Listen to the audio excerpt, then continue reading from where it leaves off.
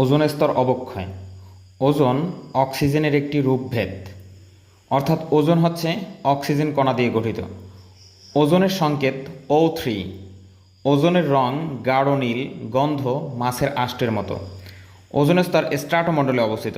স্ট্র্যাটোমণ্ডলে ozone স্তর অবস্থিত। সূর্যরশ্মিতে অতি বেগুনি রশ্মি থাকে যা চর্ম ক্যান্সার সৃষ্টি করে। ওজোন স্তর এই অতি বেগুনি রশ্মি শুষে নেয়। ওজোন স্তর অবক্ষয় বলতে প্রতি দশকে ওজোন স্তরের আয়তন 4% হ্রাস পাওয়াকে বোঝায়।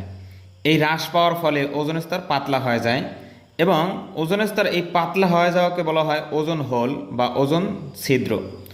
ওজোন স্তর ক্ষয় হয়ে থাকে মানব সৃষ্ট সিএফসি গ্যাসের কারণে।